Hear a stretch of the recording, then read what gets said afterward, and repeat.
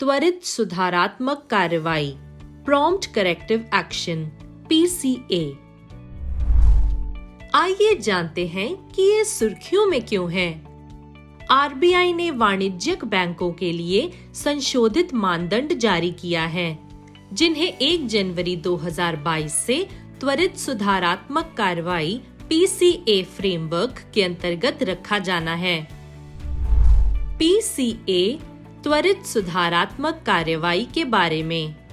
ये एक ऐसा फ्रेमवर्क या कार्य ढांचा है जिसके अंतर्गत कमजोर वित्तीय संकेत देने वाले बैंकों को RBI की निगरानी में रखा जाता है।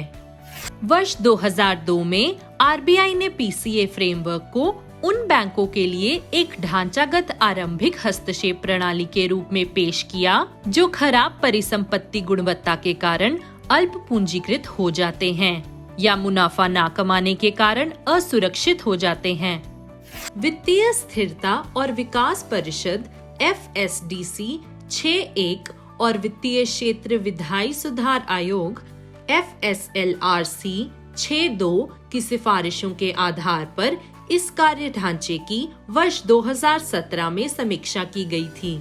इन नियमों के अंतर्गत सहनशीलता या परिचालन वहनीयता की सीमा पार करने पर 12 बैंकों को प्रतिबंधों के अंतर्गत रखा गया था। एक को छोड़कर शेष सभी बैंक पिछले 2 वर्षों की सीमा में कार्य ढांचे से बाहर हो गए, लेकिन उनके इससे बाहर जाने के लिए कोई एक समान नीति लागू नहीं की गई थी।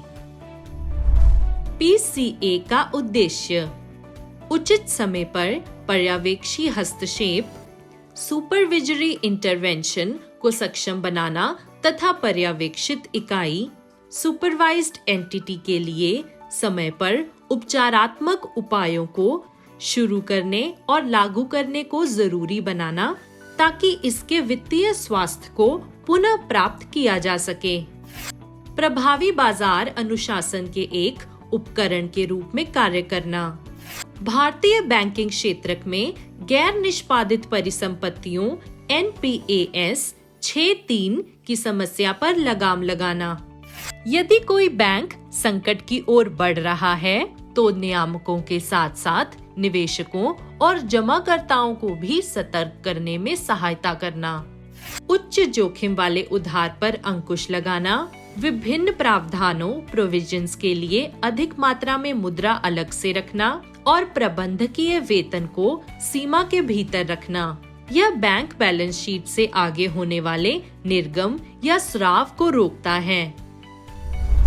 प्रमुख आधारिक पद, शब्द और परिभाषाएं। गैर निष्पादित परिसंपत्तियां NPAS। यह एक ऐसा ऋण या अग्रिम है जिसके मूलधन या ब्याज का भुगतान 90 दिनों की अवधि तक बकाया रहता है। बैंकों को NPA को वर्गीकृत करना आवश्यक होता है।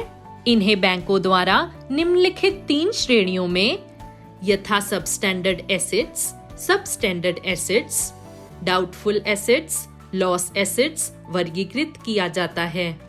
सबस्टैंडर्ड एसेट्स ऐसी परिसंपत्तियां जो 12 महीने से कम या उसके बराबर की अवधि तक NPA बनी रहती हैं। डाउटफुल एसेट्स ऐसी परिसंपत्तियां जो 12 महीने की अवधि तक सबस्टैंडर्ड या घटिया श्रेणी में बनी रहती हैं। लॉस एसेट्स इसे असंग्रह योग्य, अनकलेक्टेबल और इतने कम मूल्य का माना जाता है कि एक बैंक योग संपत्ति के रूप में इसके निरंतरता की कोई गारंटी नहीं होती है, हालांकि इसका कुछ वसूली मूल्य हो भी सकता है। पूंजी पर्याप्तता अनुपात CAR 6:0 ये वह पूंजी है जिसे एक बैंक को अपनी कुल परिसंपत्ति के प्रतिशत के रूप में रखना होता है। परिसंपत्ति गुणवत्ता एसेट क्वालिटी ये बताता है कि ऋण के किस हिस्से के वापस भुगतान की संभवता नहीं है। ये शुद्ध NPA अनुपात में परिलक्षित होता है, अर्थात खराब ऋण, बैड लोन्स का प्रावधान करने के बाद कुछ अग्रिमों का वह हिस्सा जो गैर निष्पादित के रूप में टैग या निर्दिष्ट किया गया है। लीवरेज अनुपात लीवरेज रेशो। यह दर्शाता है कि एक ऋणदाता ने आय उत्पन्न करने के लिए धन उधार लेने में खुद को कितना अधिक बढ़ाया है या कितनी छूट दी है। जितना अधिक उत्तोलन या लेवरेज होगा, ऋणदाता के लिए उतना ही जोखिम भरा स्थिति होगी। परिसंपत्ति पर प्रतिलाभ या रिटर्न ऑन एसेट ROA ये कुल परिसंपत्ति के प्रतिशत के रूप में शुद्ध आय से प्राप्त लाभप्रदता या मुनाफे को मापता है।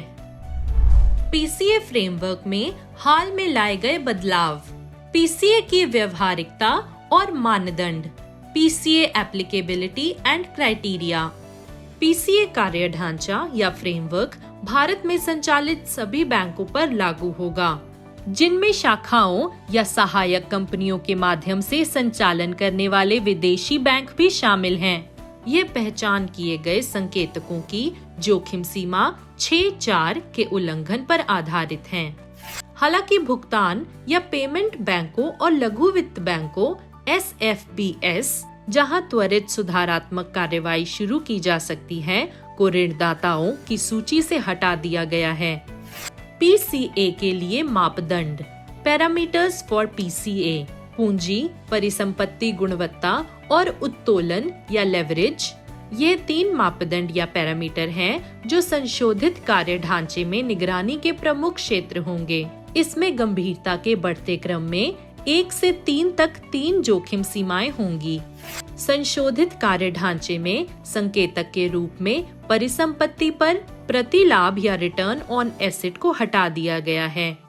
किसी बैंक को लेखा परीक्षित वार्षिक वित्तीय परिणामों 6-5 और भारतीय रिजर्व बैंक द्वारा किए जा रहे पर्यवेक्षी मूल्यांकन 6-6 के आधार पर PCA कार्य ढांचे में रखा जाएगा। RBI 1 वर्ष की अवधि के दौरान बीच में भी एक सीमा से दूसरी सीमा में स्थानांतरण सहित किसी भी बैंक पर PCA लागू कर सकता है, यदि परिस्थितियां ऐसी बन गई हों।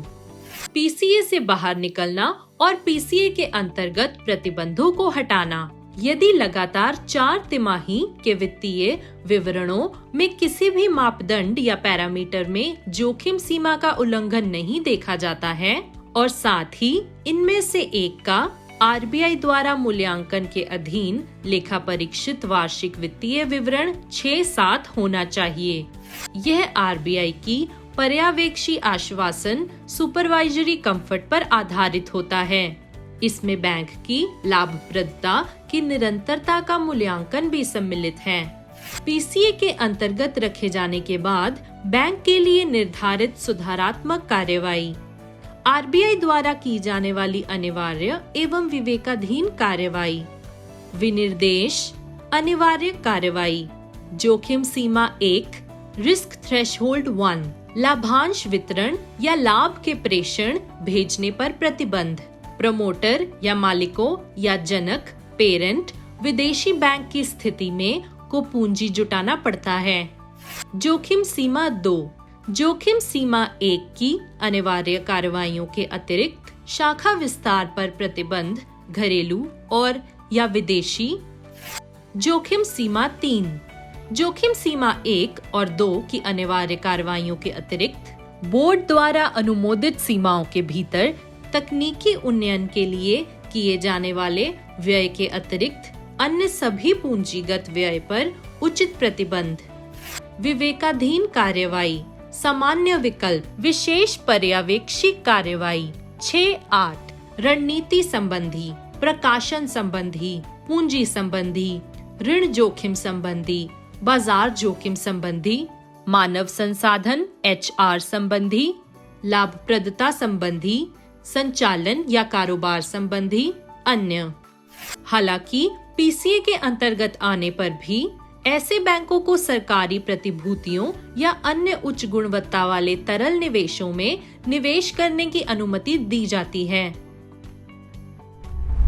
त्वरित सुधारात्मक कार्यवाही PCA के लाभ, यह बैंक को पुनः पूंजीकृत करने और आवश्यक पूंजी को बनाए रखने में मदद करता है, क्योंकि अधिकांश बैंक गतिविधियों को जमाओं द्वारा वित्त पोषित किया जाता है, जिसे चुकाने की आवश्यकता रहती है। इसलिए ये अनिवार्य है कि बैंक अपनी गतिविधियों को जारी रखने के लिए पर्याप्त मात्रा में पूंजी बनाए रखे। यह एक सीमित विनियमन को सुनिश्चित करेगा, क्योंकि भारतीय रिजर्व बैंक पीसीए बैंकों द्वारा गैर मूल्यांकित, अंडररेटेड उधारकर्ताओं या उच्च जोखिम वाले लोगों को दिए जाने वाले उधार, वितरण या ऋण को विनियमित करेगा। हालांकि यह बैंक के उधार देने पर पूर्ण प्रतिबंध नहीं लगाएगा। पीसीए से जुड़ी समस्याएं। पूंजी का अभाव। पीसीए बैंक पहले से ही धन की कमी से जूझ रहे हैं, क्योंकि सरकारी वित्त उनके लिए बहुत मुश्किल है। ये बैंक अपने दम पर पूंजी जुटाने की स्थिति में नहीं है। और गिरावट। पीसीए कभी-कभी बाजार हिस्सेदारी के नुकसान को तीव्र करता है और वित्तीय प्रणाली में सार्वजनिक क्षेत्र के बैंकों पीएसबी की स्थिति में और गिरावट का कारण बनता है, जो प्रणाली पहले से ही निजी बैंकों और विदेशी बैंकों के पक्ष में है। प्रशासन या सुधार के मोर्चे पर यह अधिक ध्यान नहीं देता है। निष्कर्ष। पीसीए हालांकि रामबाण नहीं है, लेकिन फिर भी प्रारंभिक चरण में बैंक के वित्तीय स्वास्थ्य की पहचान करने में एक महत्वपूर्ण संकेतक है, जिसकी सहायता से समय पर हस्तक्षेप और कुशल वित्तीय प्रबंधन किए जा सकते हैं। विजन आईएएस मासिक करंट अफेयर्स मैगजीन डाउनलोड करने के लिए लिंक पर जाएं।